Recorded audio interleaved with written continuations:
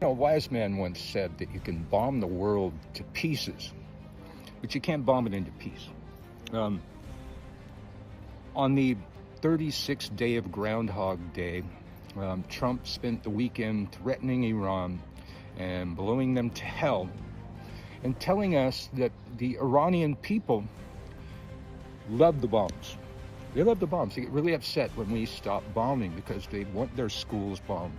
They want their gyms bombed. They want their orphanages bombed. Their bridges, their power plants, their water desalination plants. They want that because that's somehow going to make them free. And then, as Groundhog Day came again this Monday, right before the markets open, Trump had one of his state regime media people from, I think it's Axios, say that the U.S. and Iran are close to reaching a deal. To which Iran immediately said, no, we're not. We don't want a deal. We don't want a deal. And they put forth these crazy proposals that the United States is never going to agree to. The United States put forth a bunch of crazy proposals that they're never going to agree to. And all to manipulate the markets. It's Groundhog Day again. And the thing that I don't understand, the thing that I say every time I talk about this, why? Why is the stock market the only people on earth that believe Donald Trump? Why? Why? You've been fooled me once, shame on me. Fooled me twice, shame on you. Fooled me thrice, shame on us all, man. And then 30 some odd times. This happens every weekend. And then Monday, the same thing happens. And then the markets respond. It's like, why? Why? The man is a pathological liar. Why does the market respond to his lies, especially when they're the same lies, to the same people getting the same results? And then they should know that it's bullshit by now. Why? Why do we listen to this fool? There are growing calls for the 25th Amendment, and they just cannot grow fast enough and far enough. And hey, J.D. Vance, you have no hope of becoming president. Your only hope is to unattach yourself from this wagon that's going over the cliff and do the 25th Amendment. That might actually get you some points.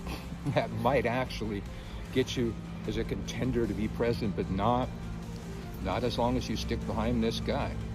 It's not going to happen. Your hopes for a political future are over.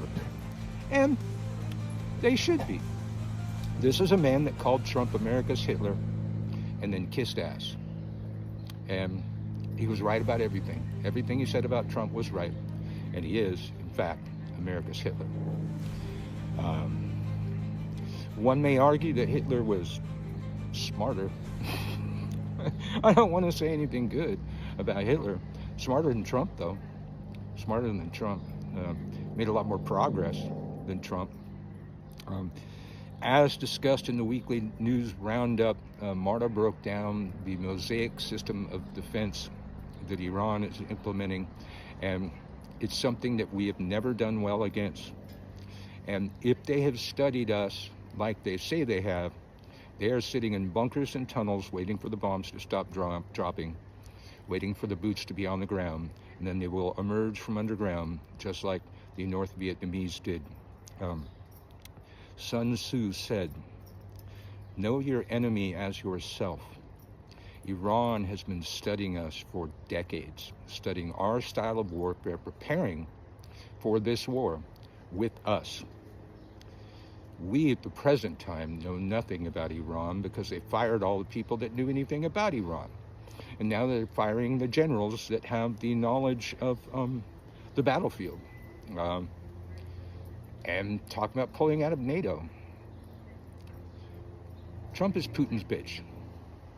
Michael Carell from the WTH News Network. You can help us out, help us get our message out by liking, subscribing, commenting. The more you like, the more people see it. the more the message gets out. And we need 1,000 more independent news networks, or we need to grow ours to where we can have 1,000 reporters, because the corporate media is controlled. The state-run media is slowly becoming all state-run media. All of the corporate media will be controlled within a year or two. It's right there going. And we need to keep the pro-democracy message out there. So support all of the independent media you can, liking, subscribing, sharing, or financially supporting on Substack or YouTube or TikTok, or whatever you can.